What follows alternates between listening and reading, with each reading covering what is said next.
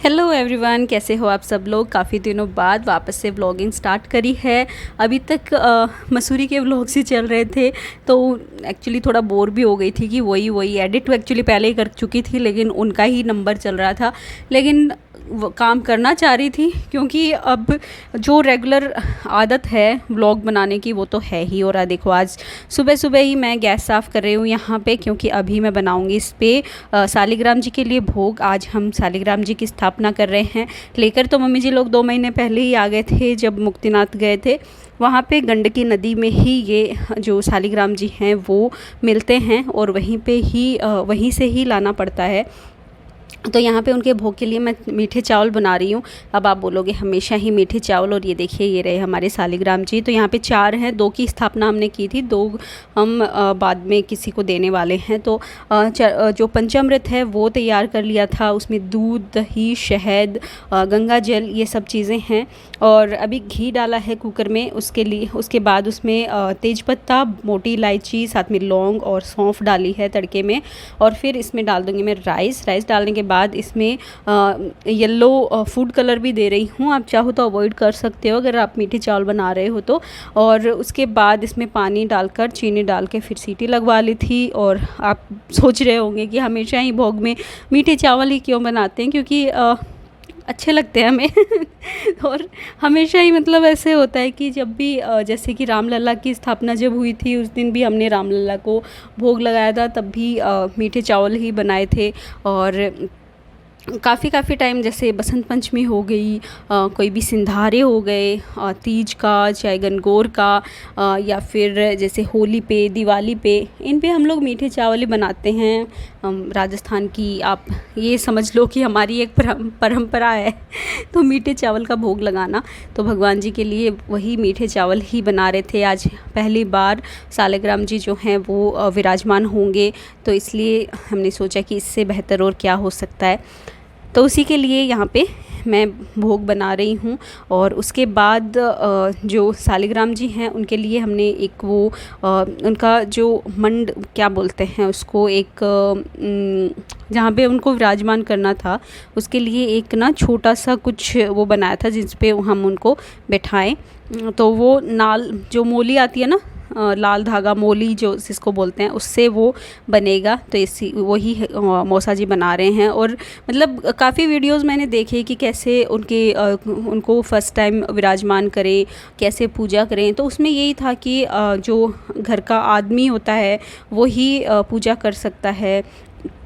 और कुछ जैसे जो ये पढ़ते हैं ना, भागवत कथा पढ़ते हैं, वो महाराज जी वो सब वही बोल रहे थे कि जो स्त्री जिसको अब पीरियड्स नहीं होते हैं वो कर सकती हैं, वो माताएं कर सकती हैं, बट लेडीज़, बाकी जो लेडीज़ हैं वो सालिग्राम जी को नहीं छू सकती, उनकी पूजा नहीं कर सकती। तो यहाँ पे मौसा जी ही अभी उनका जो भी स्नान ये सब है वो करवाएंगे। और ये देखो उनका जो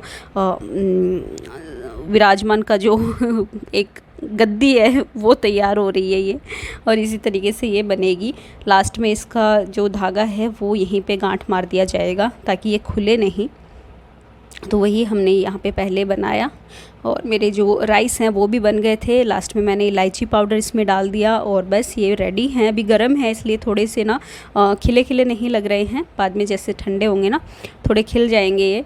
और ये झटपट बनने वाले कुकर में मीठे चावल बनाए हैं मैंने। वैसे आप चाशनी बना के वैसे भी बना सकते हो। और अभी देखो जो सालिग्राम जी हैं उनको पंचामृत में स्नान करवाया जा रहा है। तो इस तरीके से पूरा पंचामृत में पहले स्नान किया, पहले उनको पानी से नॉर्मल पानी से नहलाया, फिर पंचामृत में, और अभी सफ़ेद तिल और तुलसी दल दिया जाएगा, उस पर भी स्नान करवाएंगे। फिर गंगा जल से स्नान करवाएंगे, और फिर वापस नॉर्मल पानी से। तो इस तरीके से उनको पूरा अभी विराजमान कर रहे हैं, तो पूरा नहलाया जा रहा है। उसके बाद उनको तिलक लगाया जाएगा, फिर तुलसी दल दिया जाएगा, और जो हमने भोग लगाया था वो लगा के हम पूजा करेंगे। तो इसी तरीके से डेली पूजा करनी है, मतलब पंचामृत से तो नहीं, बट अच्छे से स्नान करवा के उनको भोग लगाना ज़रूरी होता है। और जो भी घर में बन रहा है उनको भोग लगेगा, सुबह रोटी का भी भोग लगेगा। तो यही सब चीज़ें हैं, जैसे लड्डू गोपाल की पूजा करते हैं ना, वैसे ही शालिग्राम जी के भी नियम होते हैं। और हर जो भी भोग लगा रहे हो उसमें तुलसी का होना बहुत ज़रूरी है, अदरवाइज़ भोग माना नहीं जाता। और एक मक्खी पता नहीं क्यों इतना परेशान कर रही थी, वो बार बार ये पंचामृत रखा था, आई थिंक उसकी वजह से वो आ रही थी, उसको भी पीना था ये तो इसलिए बार बार देखिए बीच बीच में आके परेशान कर रही थी। और ये हमारे शालिग्राम जी जो हैं दोनों ही बहुत अच्छे से नहा चुके हैं। 2 इसलिए हैं क्योंकि एक मौसा जी का है, एक हमारा है। तो यहाँ पे देखो लास्ट में जो है उनको इस तरीके से गांठ मार दी जा रही है ताकि ये खुलेगा नहीं, और इसी पे उनको विराजमान करवाया जाएगा।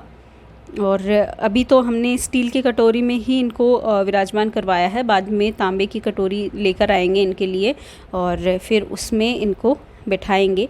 और ये देखिए दोनों ही जो शालिग्राम जी हैं बहुत प्यारे लग रहे हैं। इनको फिर तुलसी से ही चंदन लगाया मौसा जी ने, और फिर तुलसी जो है इनके ऊपर चढ़ा दी। तुलसी इनको बहुत प्यारी है, तुलसी से बिल्कुल भी इनको दूर ना करें, हमेशा जब भी हो सके तुलसी इनके पास होनी ही चाहिए। और ये लीजिए अभी नीचे थोड़े से तिल के दाने रख के उसके ऊपर इनको विराजमान करवा दिया कटोरी में। और अभी तो कटोरी ही हमने रखी है, उसके बाद इनका अलग से हम एक तांबे का बर्तन लेकर आएंगे, उसमें विराजमान करवाएंगे।